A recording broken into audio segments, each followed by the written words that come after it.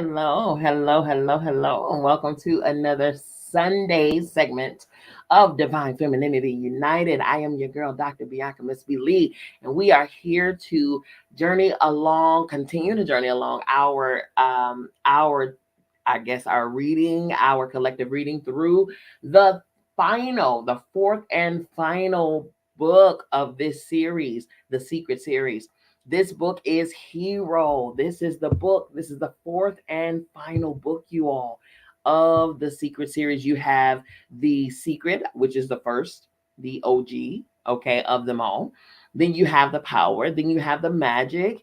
And then you have Hero. Each one of these books had a different focus. They had a different understanding. They had a different teaching.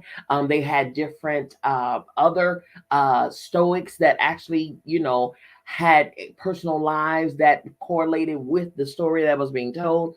When I tell you this series has been the most phenomenal ending to this year, it is so timely. It is so timely. And we will be completing this book because this book is broken down in four parts, and we are starting part 3 today. So we will be concluding this book in the most perfect time. We will complete this book on Tuesday. You all, in 2 days, this series will be complete. And in 2 days, we will have accomplished our 20th book, collective book reading of the year. We set out to do 20, and 20 is what we did. So kudos to all of us who stayed the course in this reading journey, this collective reading journey. And I'm so grateful. And we're going to set a new goal for the year. We're going to set up a new 20. You know what I'm saying? I think 20 is a good number because what if you are reading your own books? You know what I mean? I don't want to, I don't want to overwhelm you or interrupt your own process, your own individual process. So we're going to reset at the top of the year with a new 20, and then we're going to go straight in. This has been awesome. This has been awesome. And the books that we've encountered and enjoyed over this year has been absolutely amazing. If you have not journeyed with us, then that's okay, right? We forgive you, but there's another opportunity at the beginning of the year for you to join us for next year, okay? But be committed. Make a commitment to self. Make a promise to yourself and uphold your own word. Okay? Make a promise to yourself that you are going to set the goal and you're going to see it through, especially something as simple as reading. You know what I mean? And the things that we read, you already know. We don't just read books just to be reading books. We read for purpose. We read with our purpose, okay? From our purpose, for our purpose, as our purpose. That's what we read for, right? And so now it's up to us to continue that vow so that we can continue to enhance, expand, become aware, elevate, enlightened, all of that. We need to all do that consistently because who you were yesterday is not who you are today. And what a better way, there is no better way than to come into your new days and new opportunities as a new being, completely and utterly, internally and externally, right? So that is what we are vowing to do for our next year and the years to follow, if we are here to embrace that or to embody those that time and space. Okay. Alrighty, you all, listen, we are about to embark on our part 3, the quest. Okay, are y'all ready? Are y'all ready? Alrighty, so if you have any questions, you want to give any comments, feel free to do so. I am locked in on several different platforms simultaneously, which I absolutely love. So we're on Clubhouse, and this is our, I believe, 3rd year. It is our 3rd year anniversary over on Clubhouse. So we began over there with them in 2020 when it was really beta. It might still be in beta stage right now because the way that they are changing and doing updates and all, they do it every 5 minutes. My goodness. But I'm grateful that they are learning how to evolve themselves. They're under the same process that we're under individually. Okay, so every day they're reinventing themselves and sitting down and saying, how can I be better? How can we present this better? How can we expand this? How can we evolve this? How can we stretch this out and make it, more user friendly, more, so yeah, that's what they got the right idea. That's what we need to be doing. Seriously. Okay. So we're on Clubhouse under Divine Femininity United Club. We're also on Facebook. We're on YouTube. I'm going to be airing on Instagram Live. The platform that I do stream from, they now are allowing us to stream live from Instagram as well. I'm able to stream live on my LinkedIn. So it's a lot of, I can do a lot of work, cover a lot of ground, and only do the task once.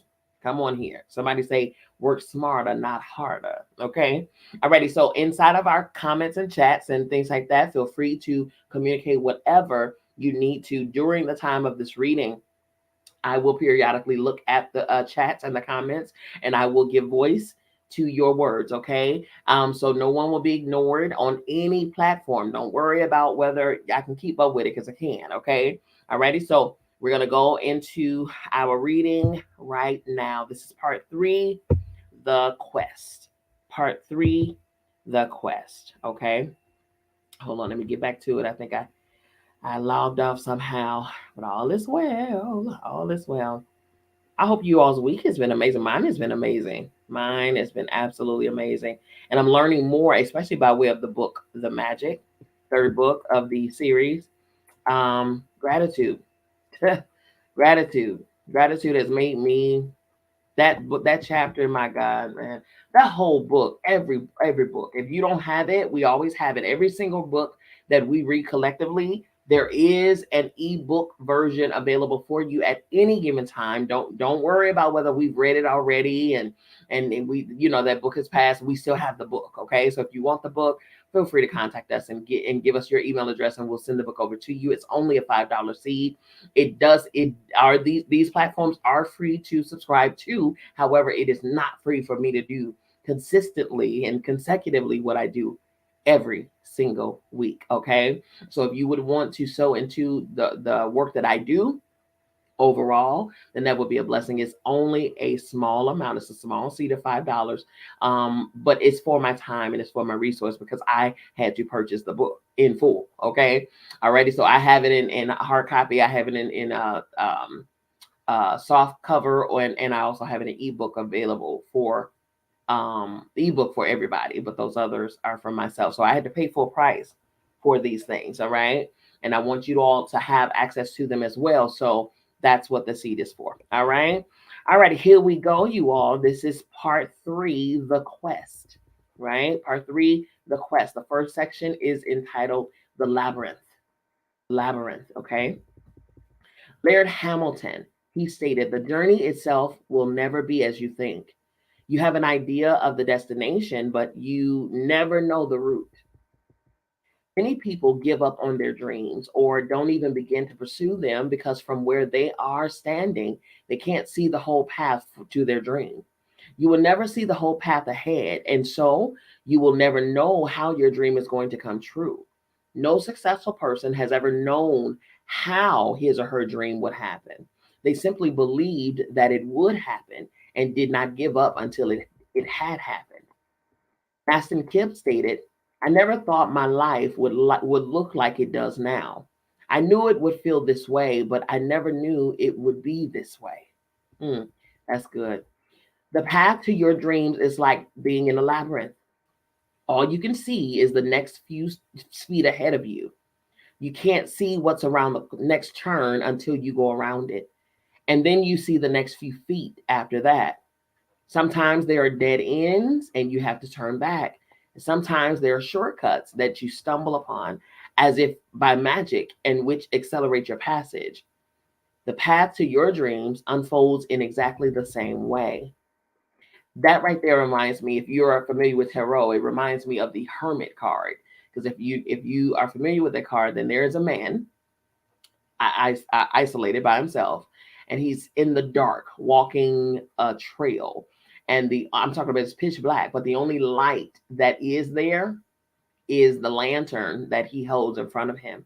And that lantern actually, it shines a light on the only a few feet ahead, if that, so that all he can see and pay attention to are his current steps, the steps right here, right now, a few feet ahead of him. He can't see around him. He can't see whether he's, whether there's an attack or predator around. Nope. Can't see any of that. The only thing that you have to do, all he has is the light that shines right directly in front of him. And only so far in front of him. That right there, it activates either fear, anxiety, or trust. So I believe that's what we're about to get into, because in order for us to know, we know that there's something great, but we don't know how this is going to come. In order to sit back and watch it unfold, you have to do what? You got to trust. Okay. Lane Beachley stated, no one can see the whole way.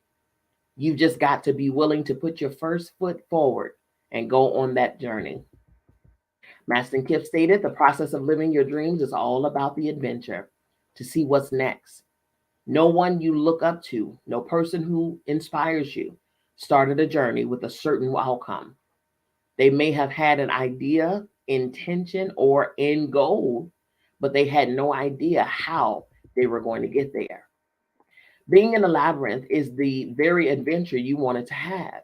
You didn't want to see everything, know everything ahead, and be able to make your dreams come true with a snap of your fingers.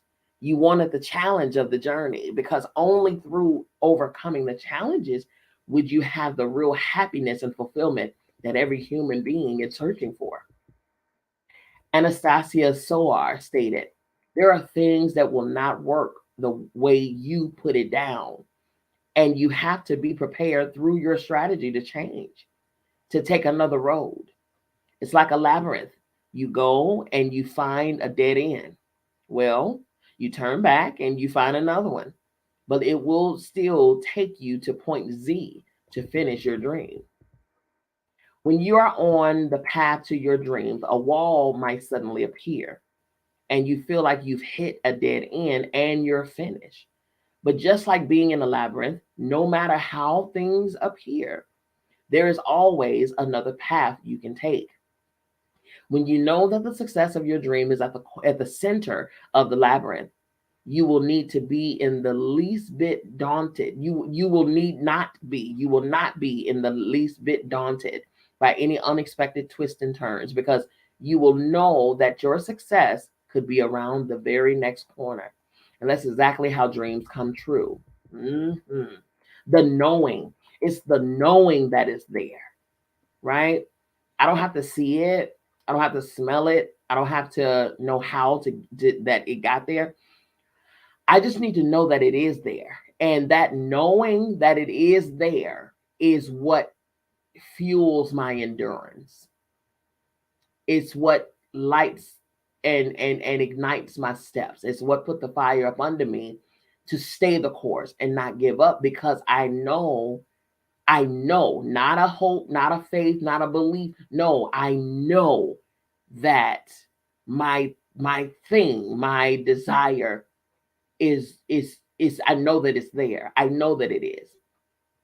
Right? So because of the knowing, it fuels my forward movement, my continuation, my endurance. John Paul DeJoria stated, realize that it may not come all at one time, but if you really want something, it's a cinch by the inch. It's hard by the yard, little steps along the way. It's a cinch by the inch. It's hard by the yard. That's funny. Liz Murray stated, I understand people are up against a lot, but even in circumstances of great constraint, you can still do one thing. It's like that Theodore Roosevelt quote, do what you can with what you have where you are. You can put one thing, you could pick one thing and dedicate yourself to that. And even if it takes a long time, inch by inch and choice by choice, you will carve out a new life for yourself. It doesn't have to be the Hollywood turn on a dime dramatic thing that happens. That's so true. Next section, one step at a time. Along your journey, remind yourself that one step at a time is all you need to take. One step at a time is all you can ever take. And no matter where you find yourself in or in what situation, you can always take one step. You can make yourself feel overwhelmed if you let your mind get carried away with all of the possibilities of what could be ahead. The path to your dream will never unfold in the way that you think anyway. So just keep bringing yourself back to one step at a time. Those words helped me enormously when we were making the Secret film. When my dreams seemed to be going way off the path that my human mind thought it should take, I brought myself back to just taking the next step. And by taking one step at a time, my dream came true. Liz Murray stated, if you think you can see every step, you're mistaken. That's the mistake we make thinking we need to, or even that we could, control everything. My mother went to Narcotics Anonymous, and all these people do the serenity prayer.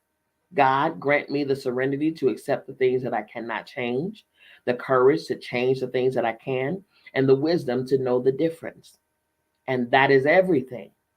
I couldn't bring my mom back. I could not change my father's HIV diagnosis. I couldn't control the weather. You could make a list of things you can't control. And if you put your energy into those, it'll go to the wind.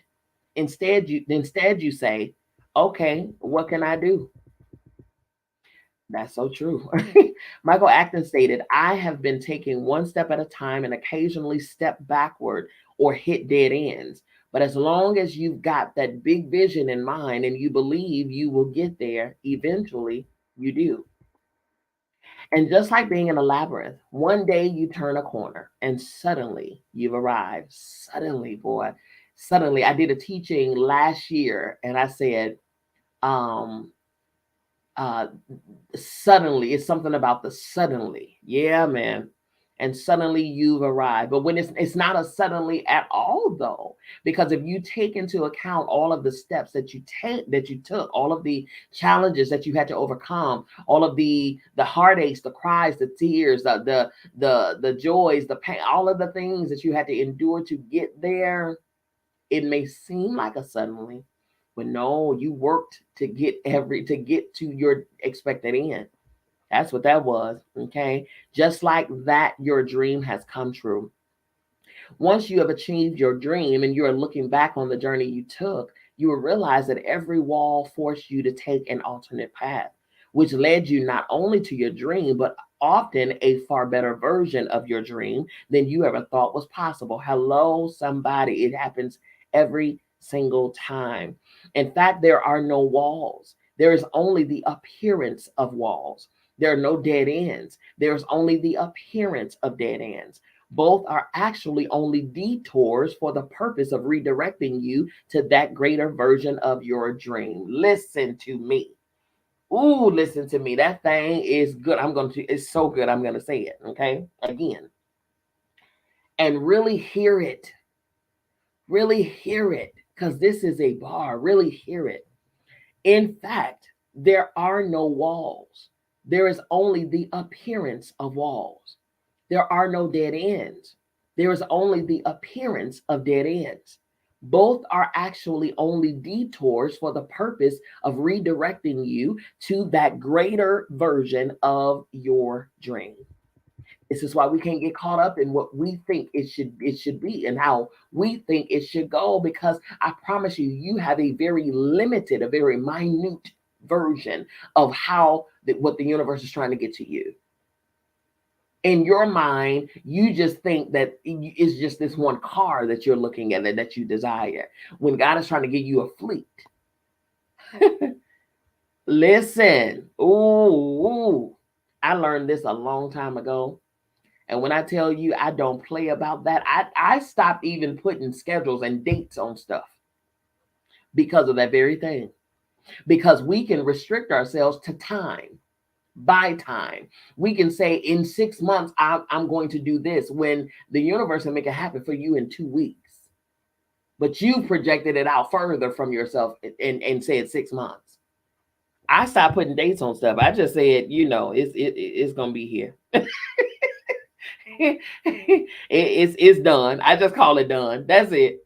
Okay, because hey, however you move. Okay, feel free, freestyle, go rogue. I don't care. Hey, all I know is that it's done. Period. Okay. GM Rail stated, in my journey of 4 decades, it happened a number of times that things did not turn out the way we had anticipated. I did not hesitate to stop and change course with an open mind. With an open mind. There's the key. We experienced this recently when we acquired 50% of an international energy giant for over $1.2 billion. When things were not turning out the way we anticipated and our aspirations were not in congruence with our partners, we decided to opt out, even if it meant facing a temporary setback. However, in hindsight and subsequently, we have more than made up if the purity of intention is there. Come on. If the purity of intention is there, the universe finds a way to reward you. If the purity of intention is there, the universe finds a way to reward you. So, in essence, you ain't miss out on nothing. It was something about that opportunity that did not sit well with your spirit. And in honoring self, right? I learned today about self embodiment. In honoring self and being one with self, and you acknowledge your gut feeling, you acknowledge that intuition, you acknowledge that discernment, and you said, no, I'm not going to take it right now. I appreciate the offer, but right now this is not, that's not the right move for us. Thank you, though. In doing so and acknowledging your intuition, acknowledging your knowing on the inside of you, it redirected you and put you in a position to receive more than what you would have received in that deal in the first place. It says here, in hindsight and subsequently, we have more than made up. More than made up. And then went on to say, if the purity of intention is there, the universe finds a way to reward you. Always.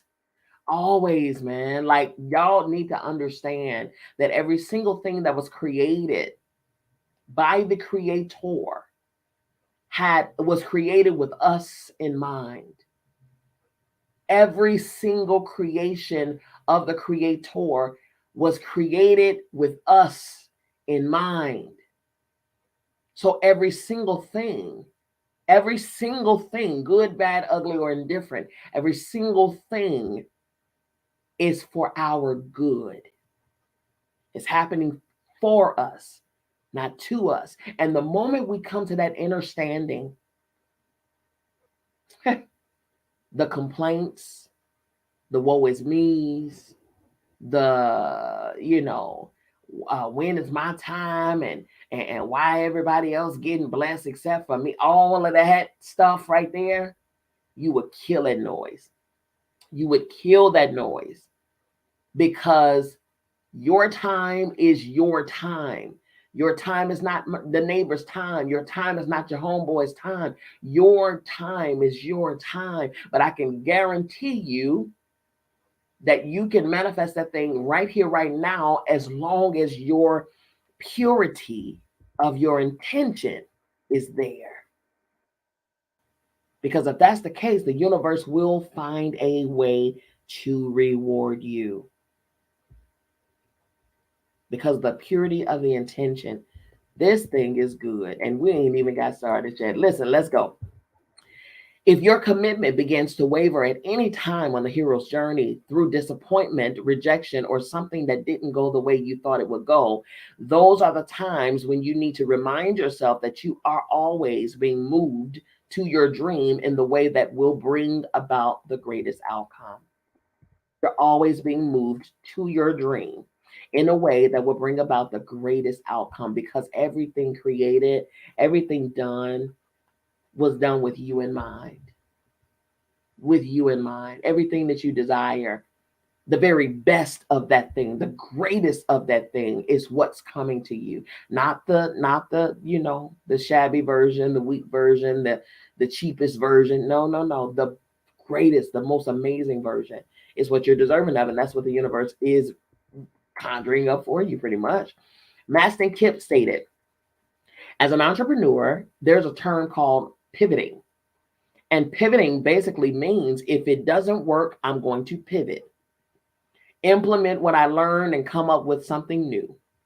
And that's really what the hero's journey is all about. See what works, change what doesn't, try again, and ultimately you'll get there. Come on. Read the story of Colonel Sanders. He mastered pivoting, okay? Read the story of Colonel Sanders for sure. John Paul DeJoria stated, dreams change. When I started John Paul Mitchell Systems back in 1980 with my partner, the dream was if we could do $5 million a year, we'd each make 200,000 or 200 to 250,000. We'd be set for life. Well, when we got to that point with the size of our company and our dream changed and grew bigger. So it's important to know that once you achieve that dream, you go on to another dream. It's an evolution. Come on here. When you say, for instance, right here, right now, this is where John Paul DeJoria was. We're right here in this moment right now. Project it out 5 years from now. And he's making, he not only hit that goal, but he went up beyond that, right?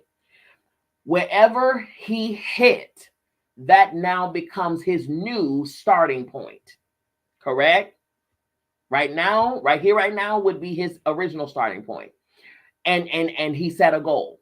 Once he hit that goal, he no longer is it that new goal, that hit goal now wipes out the old starting point. Okay. That hit goal now transforms to become the updated starting point. And then whatever new goal he sets becomes the next goal, and so forth and so on. It's evolution.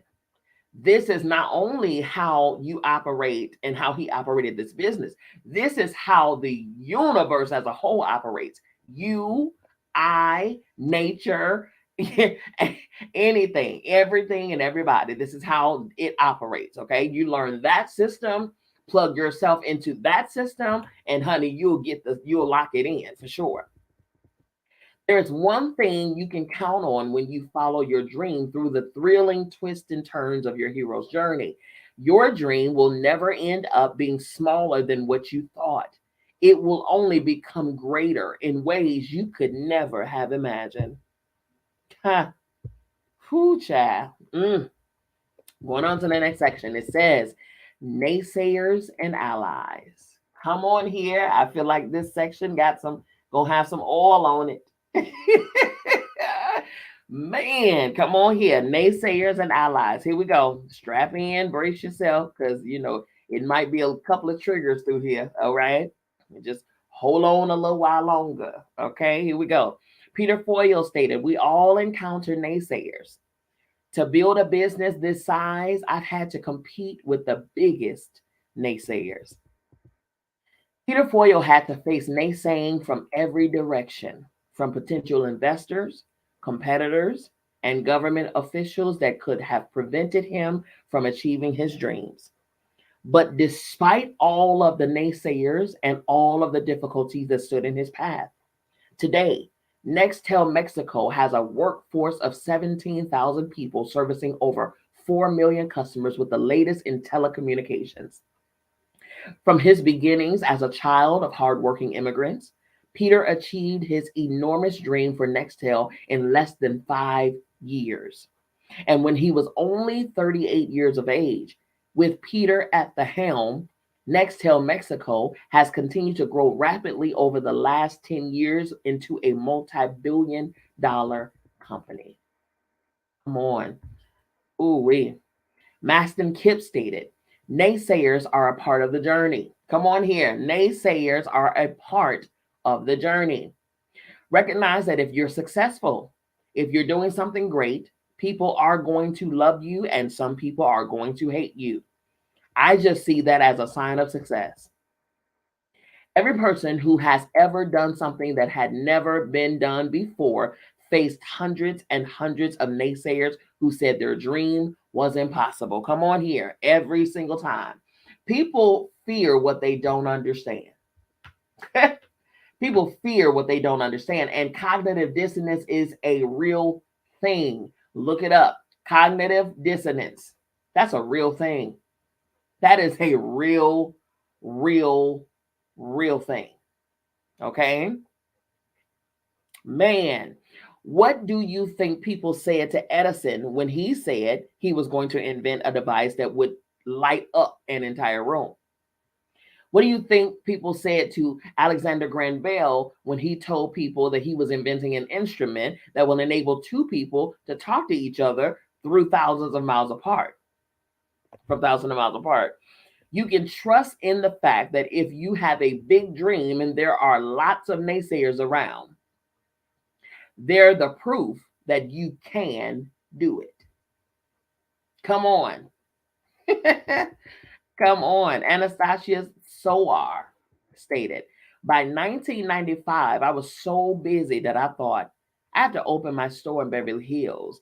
I went to the landlord and he said to me, are you out of your mind? You can't make money to pay rent doing eyebrows. First of all, landlord, what they got to do with me paying you your rent? Okay. He didn't want to rent me the space, but he saw that I was so crazy and he committed. He said, okay, I will give you 6 months. Well, the first week, there was a line outside the store, and he called me one day and said, I have never seen anything like this. Are you sure you are doing eyebrows there? That is so funny. Laird Hamilton stated, naysayers are always present. And as a sensitive being, you're always going to be affected by it. Correct. It's just what you do with that.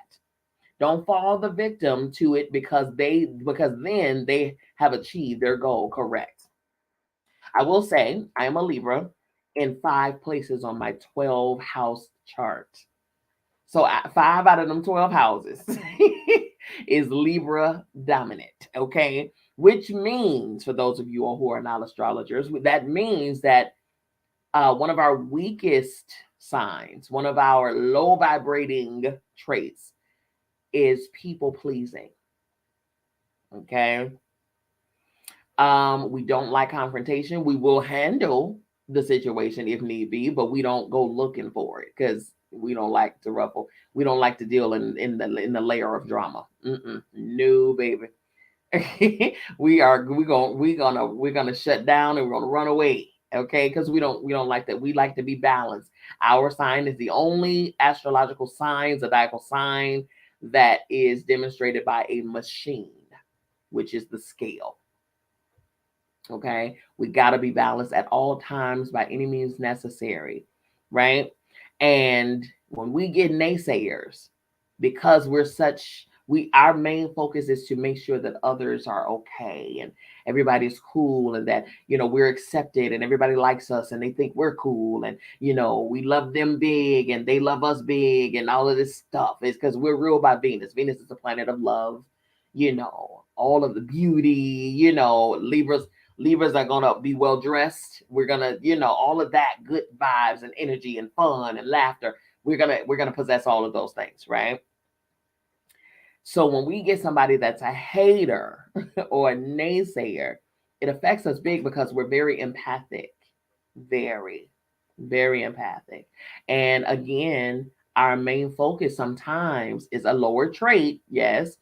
It's a good feature to have to make sure that to be kind to other people and be connected to other people by way of spirit and to be able to feel them and empathize with them and sympathize with them. But at the same time, that trait, if not controlled, can have you being very, very susceptible to being manipulated and played and all of that stuff. So it's a matter of balancing those traits, okay? And then that trait no longer is a low vibrating when you operate it and use it from a higher vibration, from a higher frequency, okay? A more mature frequency, right? So this element of naysaying, that used to hit my heart because ultimately every single thing that I've ever done with my life has been people centered. It has been people centered. Trust and believe. Where I moved to, my careers, jobs, extracurricular activities, family, friends, it has been people centered. So if I have an enemy, trust and believe it's because of something that I'm doing that they are, I one, jealous of, or two, um they don't like that I'm loved.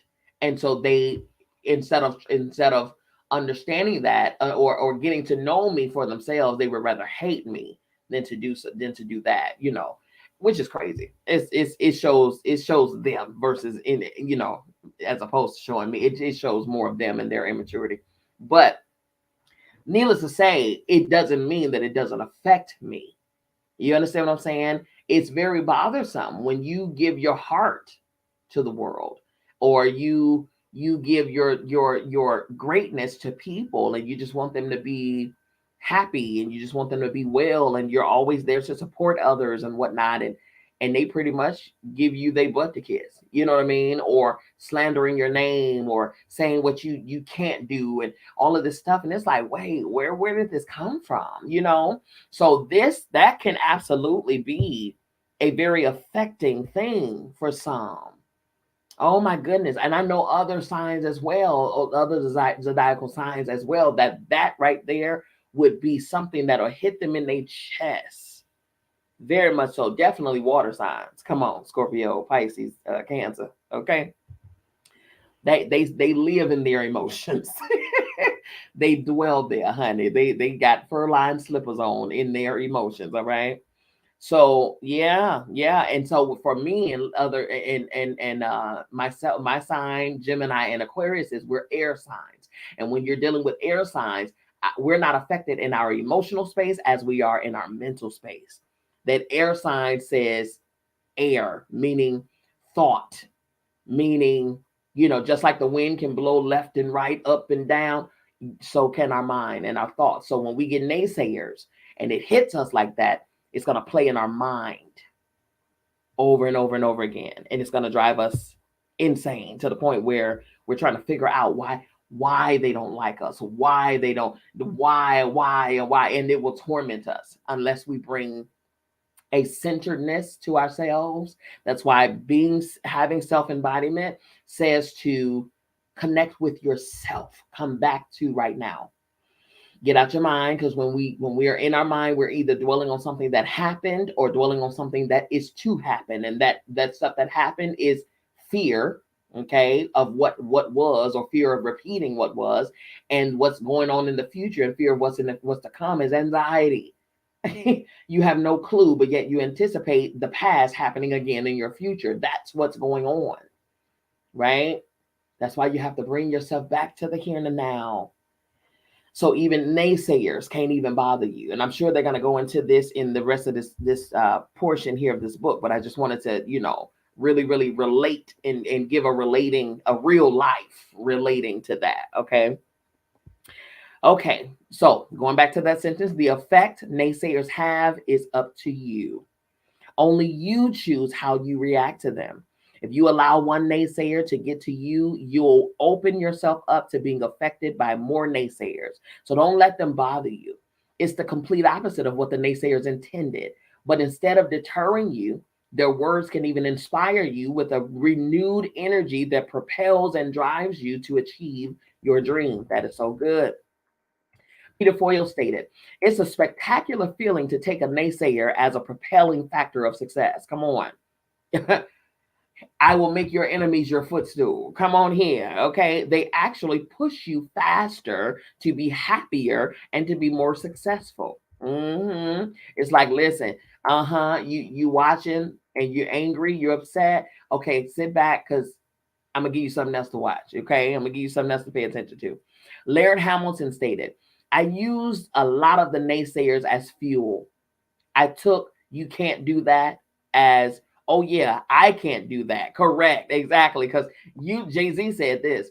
Jay-Z said he rarely tells people his plans, because what they'll begin to do is say, "Oh, if I was you, I wouldn't have you doing this and you wasting all of this stuff." He says, what they're doing is they're projecting onto you their fears and their incompetencies. That's what they're doing. So they're telling you that you shouldn't do it because they can't do it. That's what it is, okay? So Laird Hamilton got it right. He says when he hears you can't do that, he takes it as, oh yeah, I can't do that. He said that just drove me. I just spun it on its head and turned a negative into a positive because, especially in my world, the naysayers were many and they still are. Okay. Peter Burwash stated, I was not disturbed by the criticism as much as I felt like I was going down the right path. Okay. That's so he used the negative criticism as a confirmation that he's doing something right. Okay. Yeah. Howard Schultz, who's the chairman and CEO of Starbucks, he stated, so many times I've been told that it can't be done again and again. I've had to use every ounce of perseverance to make it happen. Come on. Naysayers can also serve to redirect you onto another better path. You might have fixed in your mind that way, the way that you think your dream will happen. As you follow that way, you meet with naysayers who are decision makers. They stop your dream in its tracks. Without being able to go any further, you're forced to look for another way, and you find another way to achieve your dream that is far superior to the path you were on. Thanks to the naysayers. Bless them. Okay, thank you. You sent at that point, send them an edible arrangement when that happens. Okay. Peter Forio stated, when I run into people who are extremely negative, they're actually a lead into where I'm going. They direct me even faster in the right direction versus drawing me back. Come on. That's alchemy right there. That's alchemy right there. Okay. Peter Burwash stated, when I was playing in Canada, the president of the tennis association at that time wrote me a letter and said, you should give up the game because you're so bad. Yikes. Yikes. And rather than see that as a hurdle, I saw that as a challenge. When I returned to Canada to play in the national championships, I was getting ready to change ends and serve for the final game of the match. I took out the letter where this guy says I was so bad, and yet here I was about to win the national championship. Come on here. Next section, ignore the trivial many. Ignore the trivial many. A valuable piece of advice you might want to consider for your journey is to instill belief and conviction in yourself before you tell other people about your dream. Come on. If you start telling people about your dream too soon, you may be disheartened by their responses and give up before you've really begun. This has happened to many people before, and it could even have happened to you. You got a great idea to do something that was not within your usual expertise. You shared it with others. They filled you with doubt, and your idea and dream were shut down before you could even get them off the ground. I can tell you right there, it happened with me. I shared, and this is the thing because I've been a multipreneur since 2011, and I'm grateful about the fact that I have never had to go and get another punch in the clock job. I have been 100% entrepreneur since 2011. So this coming April will make 13 years. Okay. 13 straight years of straight entrepreneurship. And I am so honored to say that. Now, has it been rough at times? You better believe it. Okay. This definitely, this journey ain't meant for everybody. All right. But I'm so grateful that it was meant for me. All right. But there was a night, and a lot of the entrepreneurial quests that I've taken have been solo, right? Most of them, 99.9% of them have been solo. And purposefully, because oftentimes when you bring in a partner or whatever the case, you got to deal with all of that stuff. Okay. So here's the thing. This one particular idea I got, and I was willing to invest in that idea, much like every other one that I had. But this time I thought to bring in, family, some friends and things like that. Baby, long story short, no more. Because when I first presented it to the family, everybody was on board. but it was one particular naysayer, one, one that had negativity all up and through them to the point where it fueled them to contact every other person and plant that seed of negativity in them to make them not move forward with me. I was so disgusted because of, number one, I was disgusted because of who this person was, right? And then I was disgusted about what they were willing to do. and going back to who this person was to me, and being shocked that this person, because of who they were to me, would even allow themselves to do this. These are not actions from someone that holds that title in your life. These are actions from a person in the street that hates you. And the fact that I couldn't separate the two, I didn't know the difference between this person that holds a strong title in my life versus a person on the street that hates me. Oh, that was a problem. That was a huge problem. And from that moment on, I vowed to self, listen, this was your lesson, that this person, this one person, if nobody else, this person for sure will not be a part of anything that I got moving forward. You better believe that. Okay? Because if you're willing to do this, if you're willing to go this far, and again, this title that this person holds in my life is crazy, that these are the actions. So when I saw that, Maya Angelou stated this a long time ago. She says, when a person shows you who they are, believe them the first time. See, that saying, first time shame on me, second time shame on you. No, first time shame on you, second time shame on me is a real one. Because if if that person showed you who they were by way of their actions the first time, and then you dismissed that lesson and went back again, and that person had to show you again, listen, at that point, it's no longer that person's fault. They're just simply being who they are. You just didn't believe them the first time, and you had to go through it a second and the third and the fourth time. Child, bless your heart. But not me. Oh, no, no, no. Oh, no. I don't care. That person could have repented and all of the things. The fact that it was in you in the first place, that's enough for me. That is enough for me, because that thought to do that would never cross my mind. That doesn't cross my mind, but it crossed theirs, right? And so it says to me, that's in you. Because out of the abundance of your heart, your mouth speaks. Your heart. That's a heart issue. That's an inside issue. You know what I mean? And when that happened, I was like, okay. I was educated in that moment. I was hurt. I was highly pissed off, but I was educated. That's where my value came from, right there. That's where the nuggets were, right there in the lesson. And I said, this will never happen again. You better believe that. I know that there's partners out there for me that will be exactly what I need them to be, and it will be an equal, a reciprocity. It will not be me doing 80%, 90% of the work and the other. No, it'll be a 100% input.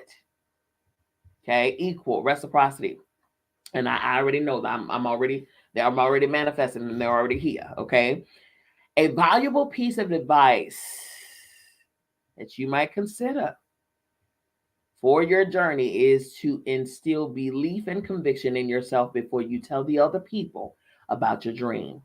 If you start telling people about your dream too soon, you may be disheartened by their responses and give up before you've really begun. This has happened to many people before, and it could even have happened to you. You got a great idea to do something that was not within your usual expertise. You shared it with others. They filled you with doubt, and your idea and dream were shut down before you could even get them off the ground. Then, as fate would have it, sometime later, because come on, as fate would have it, sometime later, you discover that the great idea you once had has materialized in the world through someone else, and it came a great success. And I'm going to tell you, that was in 2018 when that situation happened. Here it is, fast forward to 2023, March of 2023. Not only did that denial then come back around full speed ahead, but it came back around times 100. I kid you not. Because that, just to give you a little more color in that story, it was, I rallied a couple of people together for us to come together and learn real estate, learn business so that we can invest in investment properties. All right. Invest, purchase, flip, sell, purchase, flip, sell, blah, blah, blah, blah, blah. Right.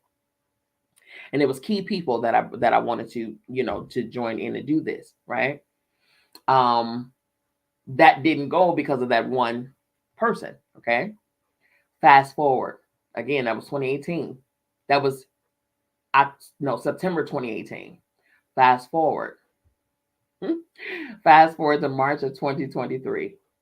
And the state of Georgia and Representative Warnock has connected with my office and my organization to fund a multi-million-dollar project. Not to just pilot it, but to be the template of others being erected throughout the state of Georgia. Come on. Tell me that's not far, far, far exceeding a flipping project. Huh? Tell me. Okay. What's for you is for you, honey. What's for you is for you. What has your name on it has your name on it, regardless of whether any naysayer don't want it for you or not. What is for you is for you. What is for you is for you. Okay, period. I don't care how many people tries to come in between what is for you and you. It will never succeed. Even if it has to detour, even if it has to reroute, it will find you. You will find it. That is the knowing that you must have. John Paul DeJoria stated, pay attention to the vital few. Ignore the trivial many. Come on. Liz Murray stated, be careful letting other people define things for you. People have their opinions and they're really quick to tell you what's possible and what's impossible. It's unfortunate the conviction that people speak with. No one knows what's possible until they're already doing it. No one. Hello. No one. And here's the thing that I also stated and that I adopted as my own. And that is, be careful and do not be careful. Just do not take constructive criticism from someone who has yet to construct what you are constructing. You ain't built nothing, okay? Or built and retained anything. But you got much advice for me. Hello, somebody. Come on now. Some things is just common sense. Some things really it shouldn't even be a long, drawn out process. You shall know them by their fruit. If this person that's giving you the criticism don't have the fruit to back up this criticism and this naysaying that they're coming to you with, walk away. just walk away. Just say, you know what? Bless you, and walk away. All right? Because that child, no one knows what's possible until they're doing it. And then unless this person or those people have ever done anything that you're trying to do, they have nothing to say to you. They may want to contribute to the conversation, but is it of value? No. Because what have you done? What have you done? What have you done that you feel that you can speak from an educated standpoint? Unless you're doing it. Come on. Mark Twain, who was an author, stated, keep away from people who try to belittle your ambitions. Small people always do that. But the really great make you feel that you too can become great. Come on. Because they know that what you eat ain't going to make me do nothing. All right. I can celebrate with you and it not take away from anything that I have coming to me. I can rejoice with you and it don't affect me whatsoever because that's your thing. Your thing is your thing. It's not my thing. And so when I get my thing, I would hope that you would rejoice with me the very same. You understand? That's real. That's when you know that you are one with your own self.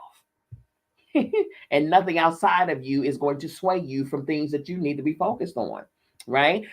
Moving on, she says, when I decided to make The Secret, I didn't tell another person about my dream until I had it fully formulated in my mind. I spent 4 months researching, planning, and integrating it within me until I knew no one could dissuade me. Only then did I share it with others. When 1,000 naysayers could have said my dream would have never happened, and not one of them would have affected me. Okay? Period. Work on your dream. Work on your beliefs in your dream and formulate your dream in your mind until the picture of it is crystal clear before you share it with others. That part. And that I say even better than that. She says make sure that you formulate it in your own mind. Okay. I say, but of course, this is me. You can do whatever you want to do. But I say wait until the ink is dry. I say wait until that ink is dry, honey. Okay? Don't you utter an word until that ink is dry. When that ink is dry, everybody can get yapping. Please yap. Yap away. Okay? But of course, you do what works for you, okay? Okay. Lane Beachley stated, when I was growing up surfing at Manly Beach, there would be two guys on my right telling me to get out of the water, and two guys on my left saying, we think you're great and we enjoyed surfing with you. So who do you think I'm going to listen to? The two guys on my left, of course. Pete Carroll stated, what gave me the strength to really grow from getting fired and come out of it stronger was that I didn't sanction the decision. I just didn't accept it. I challenged the thought that they were right, and I knew that there was a reason to feel otherwise. Okay. The truth about naysayers is they are often people who have closed minds and are not living their full potential themselves. I'm going to say that for the people in the cheap seats today. The truth about naysayers is they are often people who have closed their minds and not living their full potential themselves. What did I just say? Accepting constructive criticism from people who have yet to construct a thing. They're not even living their full potential. If they were living their full potential, they would know from their own experiences that anything is possible. Come on here. That's why it's imperative to pair with like-minded people. So where your iron is being sharpened by some other another piece of iron. Because, baby, if you trying to sharpen your iron with somebody made of wood, it's not going to work, baby. You're going to be just as dull as they are. Okay? My goodness, boy, this thing is good. This thing is good. John Paul DeJoria, he stated, when I was in the 11th grade, in front of the whole class, our business teacher told my friend Michelle and me that we would never amount to anything. We knew he was wrong. We could definitely do something with our lives. Michelle became a superstar. That's Michelle Phillips of the Mamas and the Papas. Okay. I had many experiences with naysayers when we were making The Secret film, but one stands out above all the others. I was doing a presentation of the first cut of the film to a large group of television executives. It had taken a year of work and sacrificing everything I had to get to that point. And at the end of the screening, the executives responded to the film with not a single compliment. Instead, they were severely critical and found fault with every aspect of the film. I left the presentation in shock, and in a daze, I wandered the streets after leaving the building where the meeting was held. Eventually, I pulled myself together and I headed to the airport for the 1 hour flight home. On that flight, I realized there was no way I could possibly resolve all of the executives' endless criticism, and I didn't need to. By the time the plane landed, I had been inspired with a few changes that could be made to the film. We followed those inspirations and put them into the film, and they were the very elements that would go on to make the film a huge success. Okay, we've already spoke about naysayers. Now, here we go. We're going to go into the realm of allies. We like allies, okay? While you will almost certainly encounter naysayers on your hero's journey, you are also destined to meet many, many allies, angels already in your life who appear, even if only briefly, to support you and help you on your journey. Maston Kipp stated, "I don't believe there's such a thing as a self-made success or a self-made person. I believe the same thing because everybody's had help along the way. So all of this a self-made millionaire, self-made, baby, I promise you that's a lie. I promise you that is a lie. Somebody made a call for you. Somebody gave you an opportunity. Somebody answered the phone for you. Somebody sent an email on your behalf. Somebody shook your hand. Somebody said yes to you. You know what I mean? There's nobody self made, period.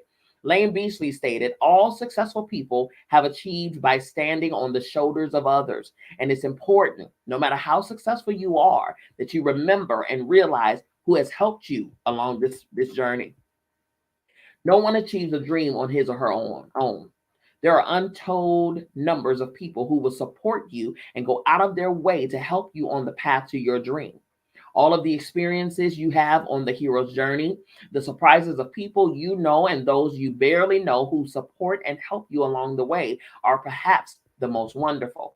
This concept right here is the very reason that birthed the behind the scenes awards and recognition, the BTS awards, my awards platform. That concept right there, because what we see is the finished product. Like, say, for instance, Beyonce. What we see is Beyonce in all of her shining light and glory. We don't see the person in the background working her hair, her makeup, her wardrobe, putting the lotion on her skin, okay, blowing the glitter on her hair. We don't see all of those components, which are allies. Those are the supporting cast, right? They don't get to take the bow. They get a check at the end of their service, but they don't get to take the bow. Beyonce takes the bow. Beyonce celebrated for all of her glory as if Beyonce did it by herself, right? And that's not the case at all. That is the very premise behind the scenes awards and recognition, the BTS awards. Okay. If you want to connect with that, then feel free. The website is thebtsawards.com. Okay. All righty. Moving forward. Michael Acton Smith stated, I work with huge supporting networks. Everyone from my family who has supported me, to investors who put money into the business, to employees who come to work for me, even when ideas were just a sketch on the napkin. Come on. Lane Beachley stated, setting an auspicious goal to become a world champion as an eight-year-old was obviously very challenging. And there were times when I wanted to quit and I wanted to walk away and put my hands up in the air and say, this is all just too hard. Fortunately, I had individuals in my life at those poignant times who picked me up and went, you can do this. I believe in you. And when everyone who you respect and appreciate in your life tells you that they believe in you, it instills so much belief in you. It's really important that you have those people in your life. During the making of the Secret film, there were an endless number of people who came into our lives and helped us with the next step as we needed to take. In addition to all of those allies, I had a team of people who worked with me to create the film, and without their dedication and support, my dream would never have come true. There was a time when I didn't have enough money to pay my team their salaries. I had mortgaged my home to the limit, taken out overdrafts, and maxed out every credit card I had to keep the production of the film going. But I reached this heartbreaking day where I did not have the money to pay my team. Do you know what they did? A couple of my senior team members got together and withdrew cash on their credit cards to pay those who couldn't survive without their salary. Without a doubt, the people in my team were my greatest allies. My goodness, listen, man, do I understand that? I have so many stories of some of the greatest people that have come and that have backed me, that have, oh my goodness. I'm so grateful, man. I sit in 100% gratitude every day, all day. And surprisingly enough, a great deal of that support did not come from people that shared my DNA or that I grew up with and were good friends with. No, some of these people were complete strangers that just found me online somewhere, randomly, quote unquote. I'm air quoting because nothing is random, nothing is a coincidence, and nothing is by happenstance. Everything is ordained and purposeful. Man, the next section, the road of trials and miracles. The road of trials and miracles. Anastasia Sayor stated, life is a challenge. If you think life is smooth and is perfect, you are wrong and you are delusional, okay? Peter Boba stated, every day has hurdles. There's nobody who wakes up in the morning without something wrong physically, mentally, emotionally, or spiritually, except the fact that you're going to have hurdles. Every day has them. Everybody has them. People say, why me? Why not you? Okay. Derek Jeter, American baseball champion, stated, the path to your goal is not always going to be smooth.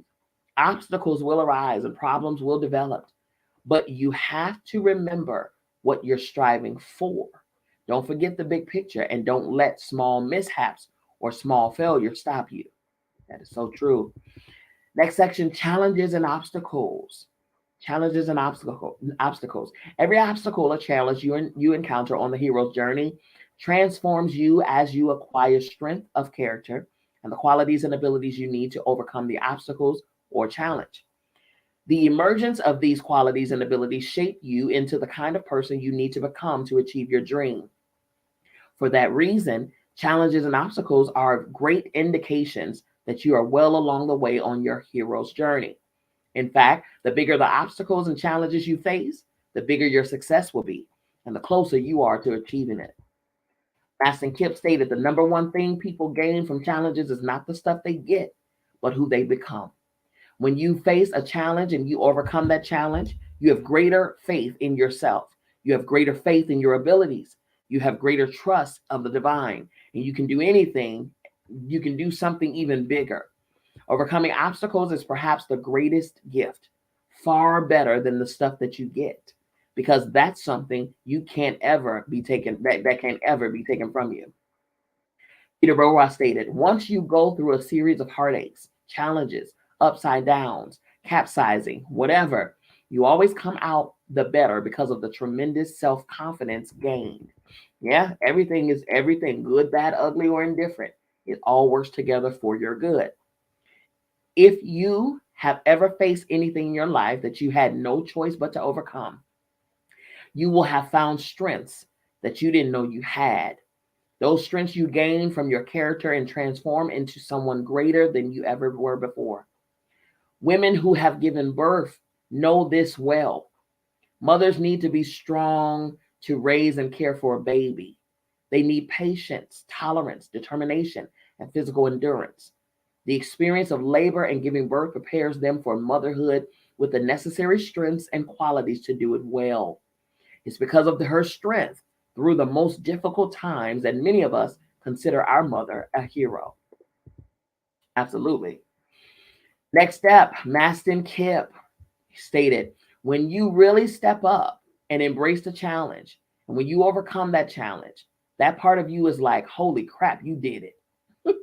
You can't just sit there and say, I love myself. Self-esteem is earned. Lane Beachley stated, challenges and obstacles present all of us with the opportunity to grow and improve and learn and step outside of our comfort zone and experience what life truly has to offer. The purpose of challenges and obstacles on the hero's journey is to prepare us with the qualities and abilities we need to maintain our dream when it comes true. To maintain our dream when it comes true. Without having the skills to handle success, come on, without having the skills to handle success, because you need to handle what you're asking for. Far too many of us are asking for things that we have yet to prepare ourselves for. That's a whole nother conversation. Without having the skills to handle success, your dream would go up in a puff of smoke no sooner than it had arrived.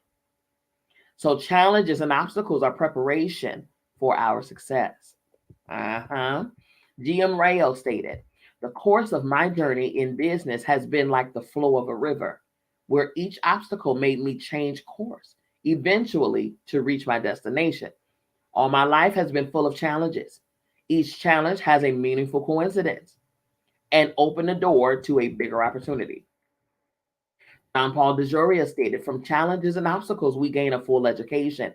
Yes, we do. And it's part of our success. So many times in life, things have happened and they didn't go the way I wanted to. But through it, I realized, had I not gone through this, later on in my life, I wouldn't be as happy or successful as I am right now. There are things in life that are going to happen, but these will be lessons that take you on to your ultimate reward. Mhm. I reflect back on my journey. The obstacles and challenges I faced were nothing compared to the obstacles and challenges I faced in my life before I decided to follow my dream. When you have a purpose and you're following your dream, obstacles and challenges don't seem as difficult as or as hard as they do when you have no purpose at all. Without a purpose, challenges or obstacles can appear to have no reason and simply feel like bad luck. However, they do have a purpose because you have to evolve. And so, even if you try to hide from life, you can still face challenges and obstacles, correct? Correct. Some of these presumed challenges and obstacles could be the very thing that's pushing us out of our comfort zone and into and onto the path that we're supposed to be on. Okay, like Medea said, it's gonna be voluntarily or involuntarily. It's up to you. The less hurtful one is the voluntarily one. Okay, so you want to move when you're supposed to move, and if so that life and lessons and obstacles and challenges don't have to propel you and project you over to somewhere. Okay. But either way, it's going to get done. Peter Burwash stated, my basic philosophy has been, if something good happens, I appreciate it. If something bad happens, I see it as a learning process. Absolutely. Challenges and obstacles are tough for all of us when we're first confronted by them, but they're only tough while you haven't found the solution and the way to overcome them. You are never given an obstacle or challenge that you do not have the ability to overcome. Never. Okay. Peter Foyle stated, mindset overcomes obstacles. Mindset overcomes obstacles. And my mindset is happiness and being grateful. And it always has been that way. I also made a decision to share a lot more financially. And the more you share, the more the obstacles go away. Come on here. I love it. I absolutely love it. Peter Foyle puts his success down to the use of a handful of principles that he practiced religiously to realize his dream. No obstacle he faces ever deters him. He maintains a positive and happy mindset through constant practice of gratitude. He helps other people wherever he can, and when he is confronted by any difficulty, he uses one of the hero's greatest abilities, visualization. Come on. I'm a huge visual man. Listen, I'm a seer for real. Okay. Peter Foyle stated, there have been obstacles from competitors, from corruption, from regulators, but I don't really feel them. I feel the overcome. I feel the outcome. I feel where I'm going. An obstacle is more of a detour, I say. Okay, so how are we going to get around that? I visualize something different. There you go. Visualize the outcome you want, and you will receive the solution to a problem or the best way to overcome a challenge. But to hear the solution when it's given to you, your mind must be free of worried thoughts. There you go. Keep it open. Imagine if you were lost and you asked someone for directions, but while the person was giving you directions and trying to help you get out of that predicament, you kept talking about how lost you were, how being lost was a big problem, how you'd been trying to find your way out, and how you're now worried that you'll never find your way out. You wouldn't be able to hear the directions, even as they were being given to you. If your mind is busy with thoughts of worry and anguish, you can't hear the solution from the universe. Come on. Center, center, self embodiment. Bring yourself to yourself. Center, center, center. The next quote is by Liz Murray. She stated, I would wake up sometimes sleeping on my friend's floor. I had to get to the early morning class that I signed up for before school starts, and I needed something to motivate me to get there. So I would see this runner in my mind. I guess it was supposed to be me, but I only ever saw her back, and she was running down a track by herself. I saw these physical hurdles, and she would jump the hurdles and jump the hurdles. I would lie there picturing this runner so I could get myself up to go. I would say, okay, you're tired. That's a hurdle. Your work, your work, you did it last night. You jumped the hurdle. Taking the train ride down there with no breakfast. You're starving. Hurdle, hurdle, hurdle, hurdle. And I would see her jumping the hurdles with her sinewy back and sweating under the sun. So every time something got in my way, what if it was just another hurdle? Because a hurdle's not separate from the track. A hurdle is part of the track, and it wouldn't be an indication that I was off my track. Come on. Come on. When things were in the way, that was just part of the course. And eventually, if I jumped those hurdles enough, I would reach my finish line. That's good. Michael Acton Smith stated, I didn't know how, but in the darkest times, because I so believed in this product, I knew I was going to crack it. If you stay in it and you ask the universe, it delivers. Yes, it does. John Paul DeJoria stated, a hindrance to anyone being successful is when there's rejection, they give up. One of the keys to becoming successful at anything is to be prepared for a lot of rejection and don't let it affect you. A lot of people aren't prepared when they start something and they figure they're a failure and it stops them. If all of these rejections didn't happen, I would never have started John Paul Mitchell Systems. Come on. Next section, failures and mistakes. Failures and mistakes. Warren Buffett, business magnate and investor, he stated, we make mistakes. It wouldn't be any fun if we didn't make mistakes. If I went out and played golf and every one of the 18 holes I hit a hole in one, I wouldn't be playing golf for very long. I mean, you have to go into the rough occasionally to make the game interesting. Not too often, though. Right. Lane Beachley stated, if you take the time to reflect back on some of your so-called failures and mistakes or setbacks and disappointments, you realize they are all necessary parts of your journey. Paul Orphalia stated, how does a baby get up and fall down? That takes a lot of guts. The whole process of going from 0 to 5 has a lot of obstacles, but you learn from your mistakes.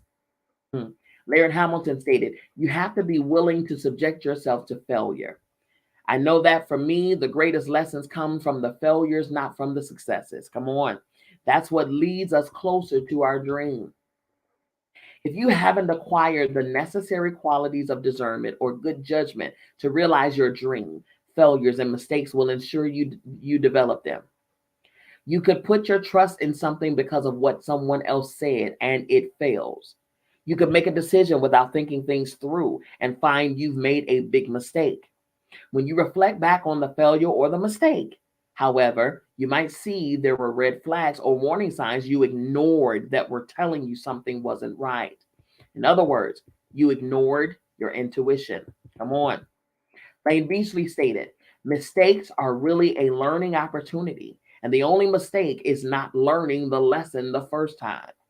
And the great thing about the universe is it'll keep providing you with the same lesson until you learn it. Come on. And that is absolute love right there. That's love. To have to go over it again until you get it. You gotta get it. The universe is going to present this to you every single time, multiple times, because it knows you got it in you to get it. So get it. Get it so you don't have to redo it. Come on now. We, Lauren Hill, with her wise self, said it could all be so simple, but we'd rather make it hard. We'd rather make it hard. Not it rather. No, it could all be so simple, but we'd rather make it hard. Okay. Wolfgang Puck, restaurateur and businessman, stated, I learned more from the one restaurant that didn't work than from all the ones that were successes. Okay. You might see that you needed to do your own research and not trust in other people's opinions so blindly. Or you might see that you needed to think things through more carefully before taking a big action. D.M. Rayo stated, we must celebrate failures, for they arise out of action and therefore become the greatest grounds for learning. And we must concentrate on that learning so that mistakes do not get repeated. To encourage new ideas, new approaches, experimentation, and innovation, a mistake should not be censored. Yeah, that goes across life though. When you take responsibility for your failures and mistakes without blaming anyone else, and you look for the lessons hidden within them, they become a powerful tool for your advancement on your hero's journey. Mistakes and failures are inevitable. Whether you extract the magic they contain is up to you. Come on. Laird Hamilton stated there's a formulaic process. Okay. First, you have to believe that it's possible. Then you have to be willing to fail. You get back up and do it again. And pretty soon you're like, wow, I'm going. And then I'm getting a little better. And then I'm good at this. Pretty soon you're at the top. And then you realize it wasn't about getting to the top, it was about the process, right? And you get addicted to the process of it. Yep. Next section, miracles. Miracles. Peter Burwash stated, I have been very grateful for the moments that have happened and realize that we're not that independent. We're very dependent, not just on oxygen, but on good fortune, good timing, and other people. Mhm. There may be trials on the hero's journey, but you're also going to experience the miracles that happen along the way. In truth, the miracles far outweigh the trials. From my own experience, the magic and miracles that happened while I was on my way to my dream, were as thrilling as the realization of my dream. When the universe starts lining things up for you in a way that no human mind could ever do, I promise you, it will take your breath away. You will ask time and time again, how did that happen? Exactly. Man, Liz Murray stated, I was sleeping on the streets and I used to shoplift. Not the best habit in the world, but I needed to eat. I also used to go to Barnes and Noble and shoplift self-help books, and I would read them in the stairwells. Then my story spread, and I got a call from Stephen Covey, the Stephen Covey Company. I went out and I spoke, and it took me until I was standing in front of him to realize that I had stolen his book. I had to tell him, I shoplift your book. And he told me it was on the house. I love that. I love it so much. Liz Murray was just 18 years old when Stephen Covey asked her to share the stage with him to tell her story. That day proved to be a miraculous one in Liz's life because it set her on a path of public speaking to share her story and inspire others. Liz went on to write her own best selling book and to share the stage with people such as Mikhail Gorbachev and the Dalai Lama and Tony Blair. Goodness, man. Come on. Man, y'all. This is amazing. Okay, Peter Burwash stated, at the end of 1968, when I was on the tennis tour, I didn't have any money left. I was playing with Issy Sharp, founder of Four Seasons Hotel, and he said, "What are you going to do?" I said, "I don't know. Maybe I'll go back to teach school." And he said, "What do you need to stay on tour?" I said, two world air tickets at $1,800 each. That $3,600 will allow me to stay. The next day, I went down to his office and he reached across the table with a $3,600 check and said, "Good luck." Man, that turned my life around. That was a very, very integral part of being able to stay on the tour, which allowed me to get a good world ranking, and everything else was history after that. My goodness, man. This boy, trust, y'all. You just got to trust. Take your hands off and just trust. Go, just trust and know. Trust and know that everything is working for your favor. Trust and know that all things are working together for your good. Trust and know that. Master Kip stated, I was couch surfing, living in an 8 by 8 feet pool house in my ex-girlfriend's parents' house. The daily love was my hobby, but I had just decided to do it full time. After a month of tweeting, emailing, being all in, and dealing with massive uncertainty, Kim Kardashian tweeted to over 2 million people to follow my Twitter handle. I'll never forget that moment. Overnight, we went from 1,000 to 10,000 followers. I felt the presence of the divine urging me to keep going.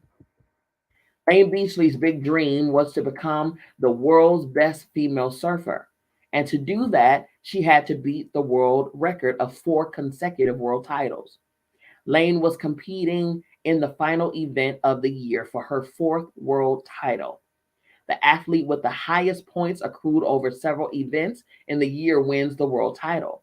And going into the final event of the year, Lane was leading in points, and her fourth world title was within her grasp.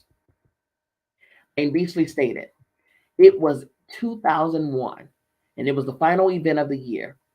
I was in the quarterfinals, and I fell on my last wave, which cost me the heat, and which potentially cost me my fourth consecutive title. I felt like I had let the whole world down. I was so deeply devastated because my ultimate goal was to match and then beat the current record, which was 4 consecutive world titles. Lane needed a miracle. Several of Lane's competitors now had an opportunity to overtake Lane's total points and claim the world title if they won the contest that day." Lane Beachley went on to say, "Pauline Mincer, the 1993 world champion, walked past me and said, 'Don't worry, we've got this covered.' She wanted to see me win that world title. She went on a rampage to demolish the competition, preventing anyone the opportunity to claim the world title. Pauline went on to win the contest and handed me my fourth consecutive world title in the process. She had really poor eyesight and couldn't afford eye correction surgery. So I decided to pay for her eye correction surgery as a thank you."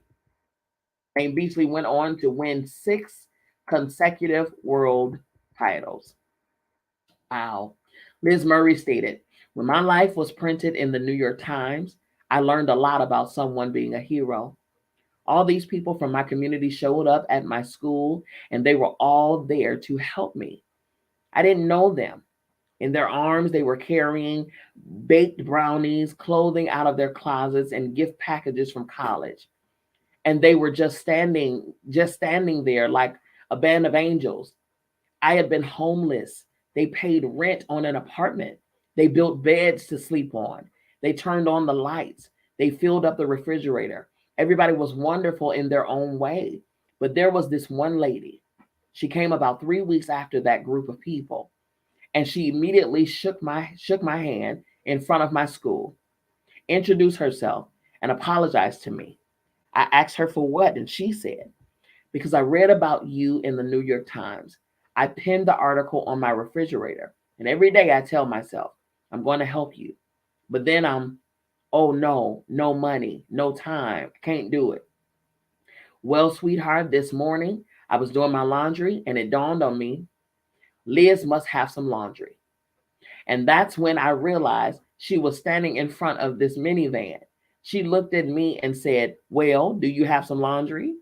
We went and got my clothes, and she cleaned them once a week, every week. She told me, I can't do much, but I can do that. And if everybody on this planet would get that lesson, I can't do much, but I can do that.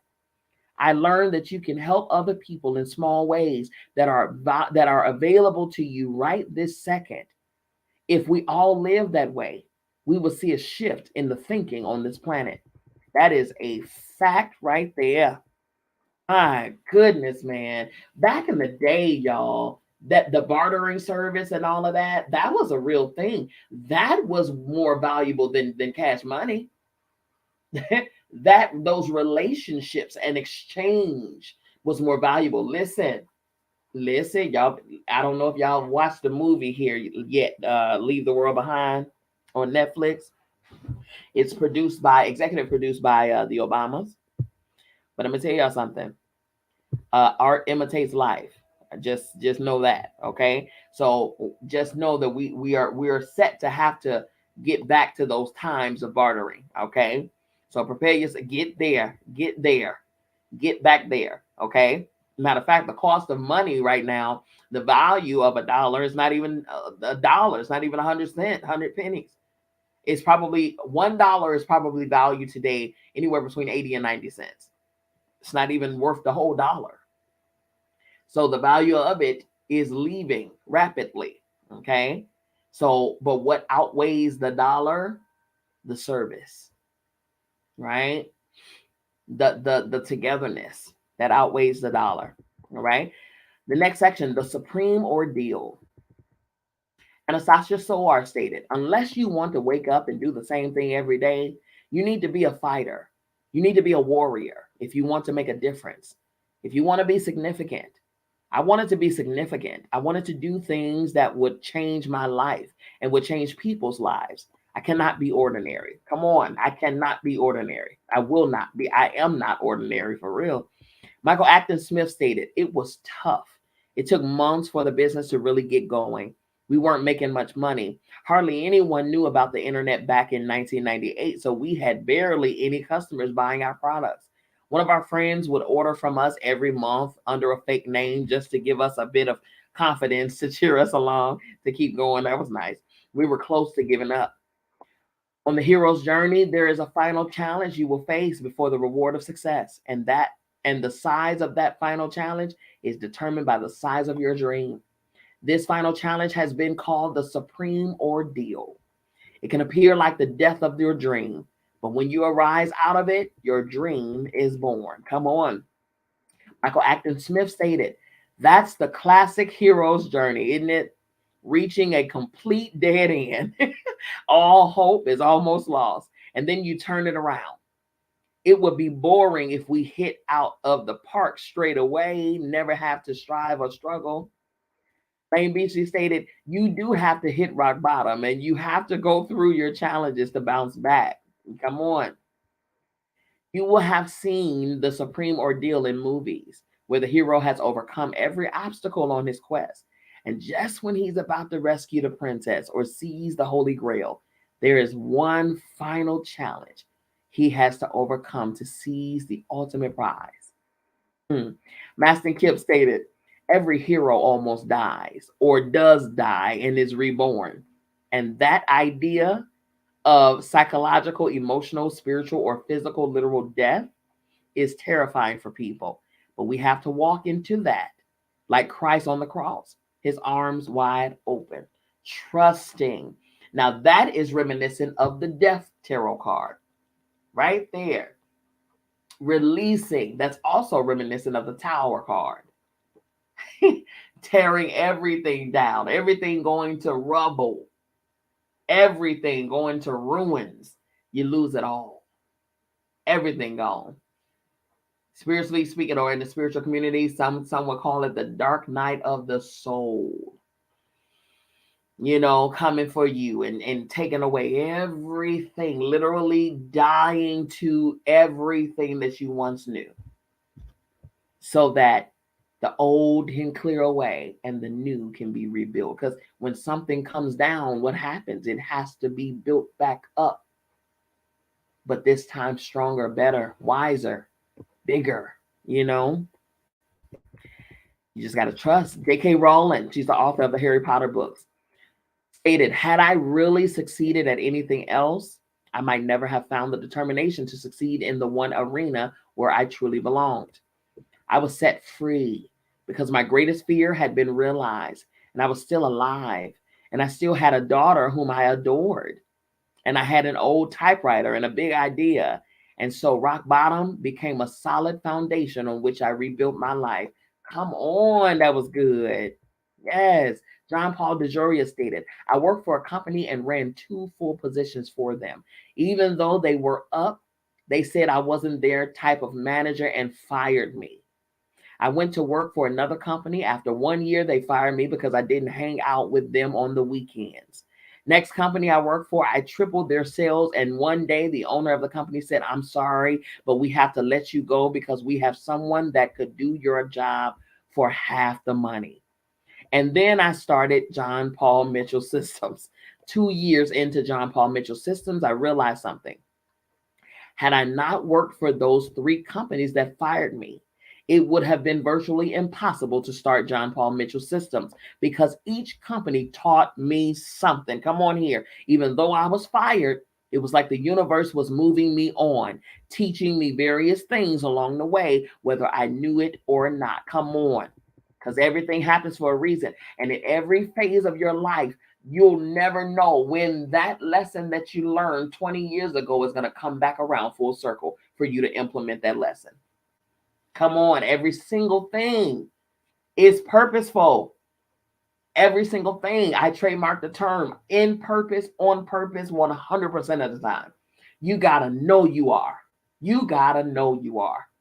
Man, when John Paul DeJoria has his business partner and his business partner, Paul Mitchell, were just about to launch their hair care products, an investor who had agreed to provide money for their business suddenly withdrew all of their funds.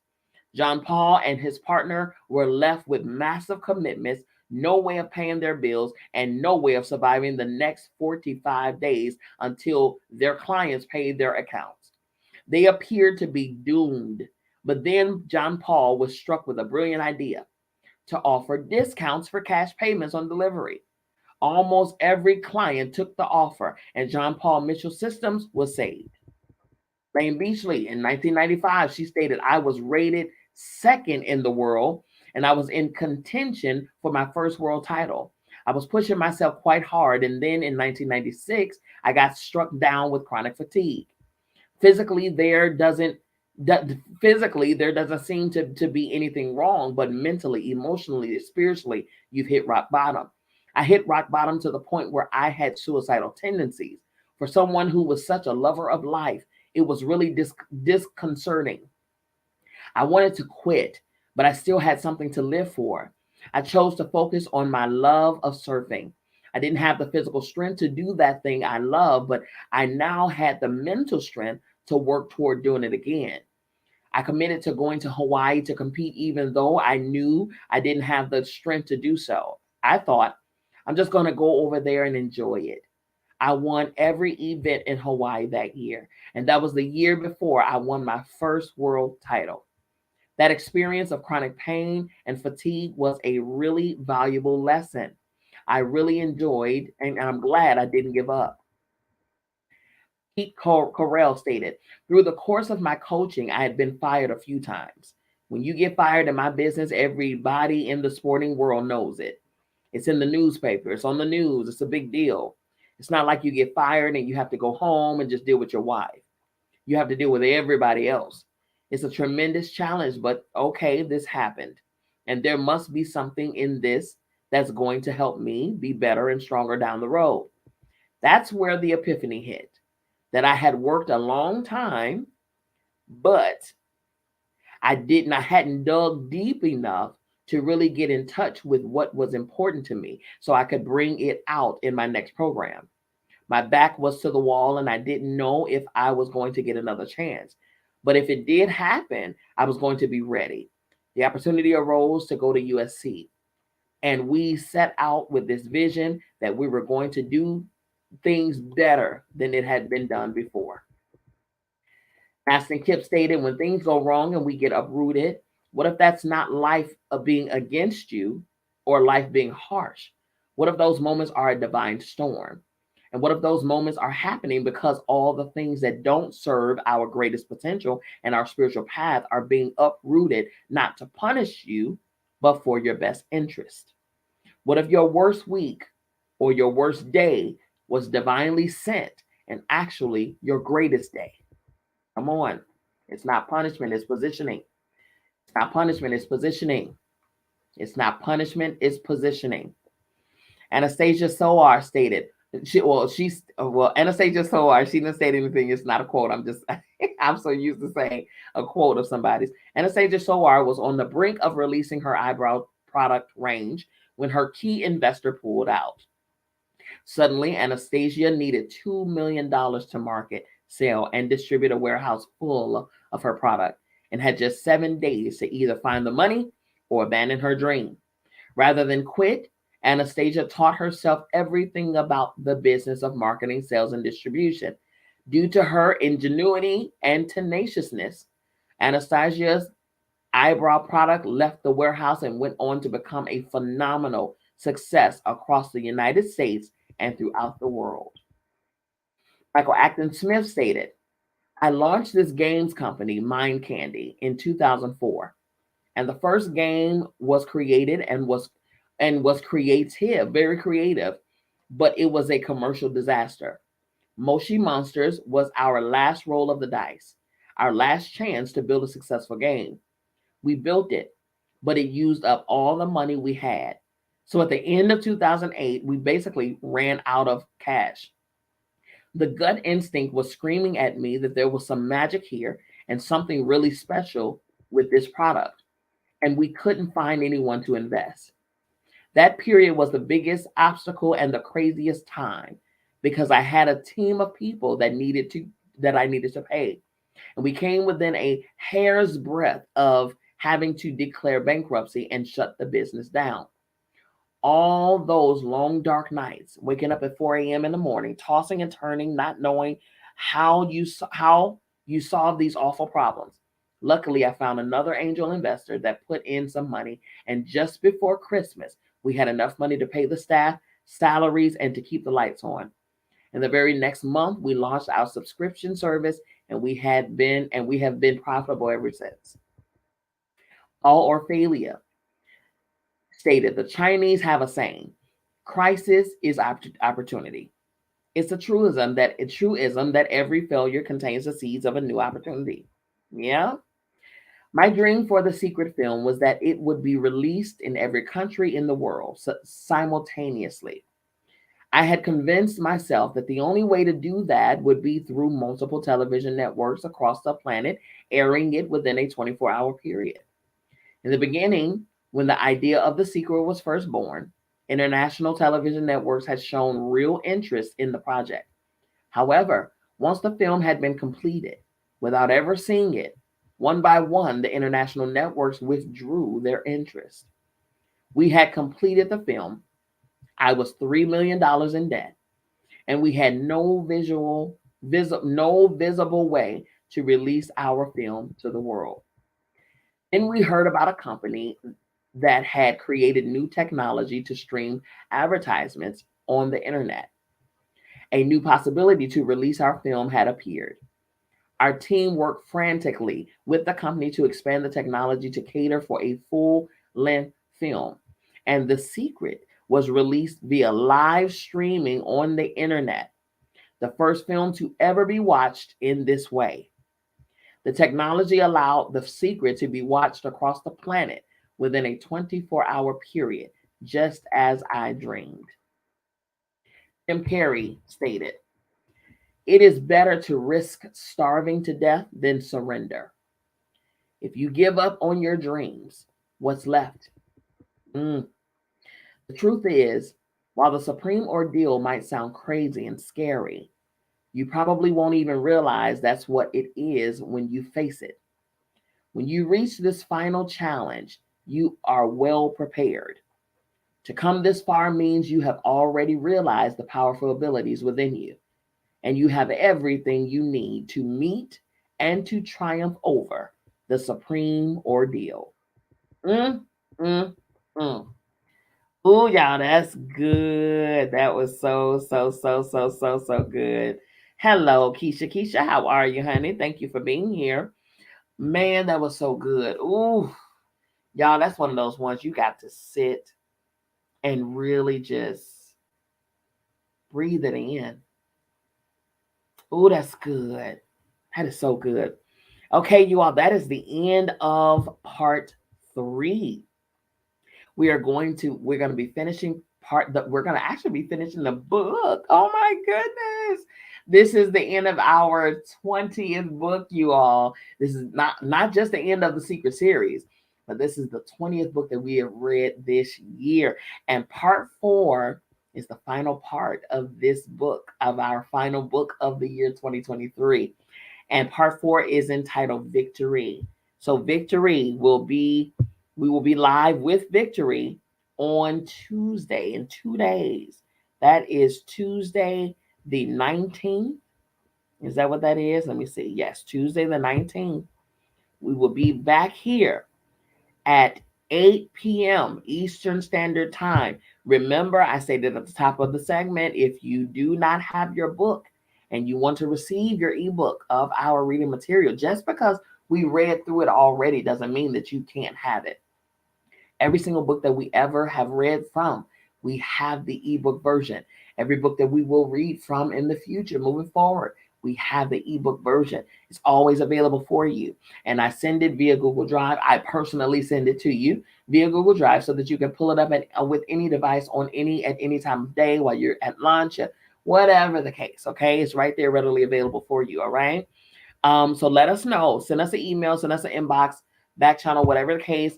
The email address is on the screen for those who are watching via video, and it is actually above my head on Clubhouse. You can tap my website, tap the screen, tap the website there, and you'll be able to get to the website to put your information in, or you can send me an email at info@biancamissblee.com. If you want to visit the website, please feel free to do so. Again, Clubhouse is right above my head. Tap that and it'll take you straight there on Facebook and YouTube. It is actually in the captions, but it's also on the screen. It is biancamissblee.com. Okay. Follow me on social media. You all make sure you do so. Instagram, Dr. Bianca Miss B. Lee.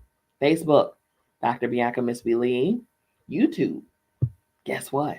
Dr. Bianca Miss B. Lee. Okay. If you want to take part of any of our services, feel free to visit the website.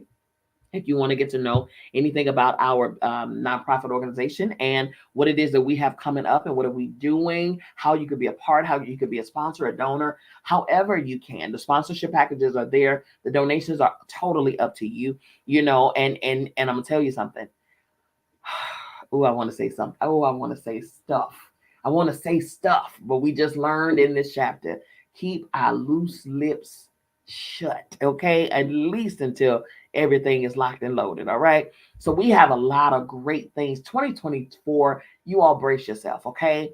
Brace yourself. If I gave you something to talk about this year, you better know and bet your bottom dollar that you're going to be discussing next year, okay? Because next year we are not playing with anybody. We are changing we're changing more lives than we changed this year or any other year before that. We are doing this work, you all, doing the work for ourselves, doing the work for the people, the communities and things like that. And I'm telling you, you don't want to miss this opportunity to be a part of this mission and this vision. Okay. You want more information? Please feel free to contact us. The number is on the screen. Again, Clubhouse, it is absolutely, it's also in my bio on Clubhouse as well.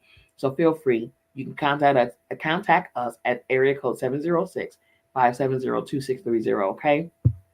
If you want to sow a seed, you can do that too. Same phone number, same contact information. You can do that very same thing. And sow into our organization, sow into what it is that we're doing. We love you and we appreciate you for it. Okay. Listen, you all, until Tuesday, I love you. I mean it. There's absolutely positively nothing you can do about it. Don't you even try it. We'll see you back here Tuesday, 8 p.m. Eastern Standard Time, right here at Divine Femininity United. Peace.